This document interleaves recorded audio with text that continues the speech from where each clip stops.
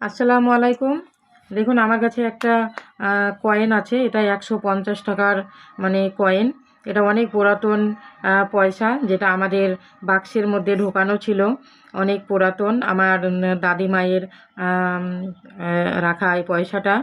অ এটাও দেখুন, এটাও অনেক আগের পয়সা। এটা হচ্ছে ৳১ কয়েন।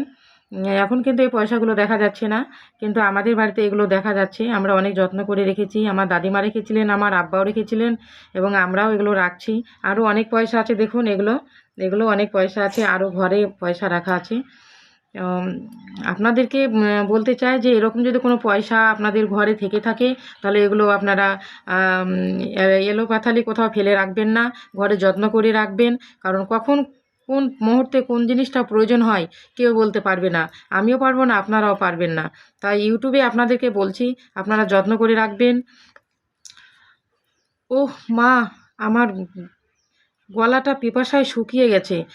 এই বাবু, আমাকে একটা পানির বোতল এনে দাও তো। আমি তো পানির বোতল নিয়ে আসিনি। একটা পানির বোতল এনে দেবে? হ্যাঁ, এনে দেবো। একটু দাও তো, আমার গলাটা শুকিয়ে কই গেছে দাও। পিপাসায়। তাড়াতাড়ি নিয়ে আসবে, হ্যাঁ?